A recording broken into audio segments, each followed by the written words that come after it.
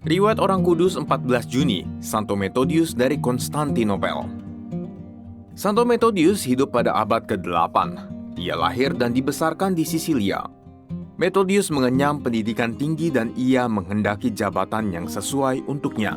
Sebab itu ia memutuskan untuk berlayar ke Konstantinopel agar dapat memperoleh kedudukan penting di istana kaisar. Dalam perjalanannya ke sana, ia bertemu dengan seorang biarawan kudus yang berbincang dengannya dalam suatu percakapan yang panjang serta mendalam. Segala pertanyaan tentang Tuhan dan kehidupan abadi bermunculan dalam benak Methodius. Biarawan itu membantunya sadar bahwa guna memperoleh sukacita sejati dalam hidup, ia perlu mempersembahkan dirinya kepada Tuhan dalam hidup religius. Jadi, ketika Methodius tiba di Konstantinopel, ia melewati istana dan menuju sebuah biara. Umat Kristiani sedang menghadapi masa-masa sulit di Konstantinopel. Konflik ikonoklasme pecah kembali lantaran sebagian orang berpendapat bahwa adalah salah memiliki gambar-gambar ataupun ikon-ikon religius. Mereka keliru karena menyangka bahwa orang berdoa kepada gambar atau patung dan bukan kepada pribadi yang diwakilinya. Terjadi pertikaian sengit dan kaisar pun ikut campur di dalamnya. Kaisar sependapat dengan orang-orang yang menolak penggunaan gambar dan patung dalam ibadah. Sebaliknya, Santo Methodius tidak sependapat dengan kaisar. Ia paham betul mengapa umat Kristiani membutuhkan sarana gambar dan patung dalam beribadah.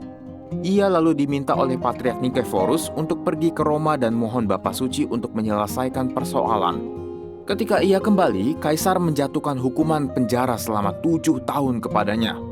Methodius menderita dalam sel penjara yang gelap serta pengap. Namun demikian, ia tidak patah semangat. Ia tahu bahwa Yesus akan mempergunakan penderitaannya untuk menyelamatkan gereja. Pada tahun 842, kaisar wafat. Istrinya, Maharani Theodora, menggantikannya karena putra mahkota Michael III saat itu masih bayi. Maharani mempunyai pendapat yang berbeda dari suaminya. Ia berpendapat bahwa orang seharusnya bebas mempergunakan sarana patung, ikon, dan gambar-gambar kudus apabila mereka menghendakinya. Maharani Theodora lalu memulihkan penggunaan ikon dalam ibadah gereja. Ia memecat Patriark Yohanes ke-7 yang merupakan seorang ikonoklas dan mengangkat Methodius sebagai penggantinya sehingga mengakhiri konflik ikonoklasme. 1 minggu setelah menjadi patriark, bersama dengan Maharani Theodora dan Pangeran Michael III, Methodius melakukan prosesi kemenangan dari gereja Blasernay ke Basilika Hagia Sophia pada 11 Maret 843 dan memulihkan ikon di gereja. Peristiwa ini dianggap sebagai restorasi gereja ortodoks, serta menjadi hari libur di gereja ortodoks timur, dan dirayakan sampai hari ini pada setiap tahun pada hari Minggu pertama puasa agung, dan dikenal dengan sebutan kemenangan ortodoks.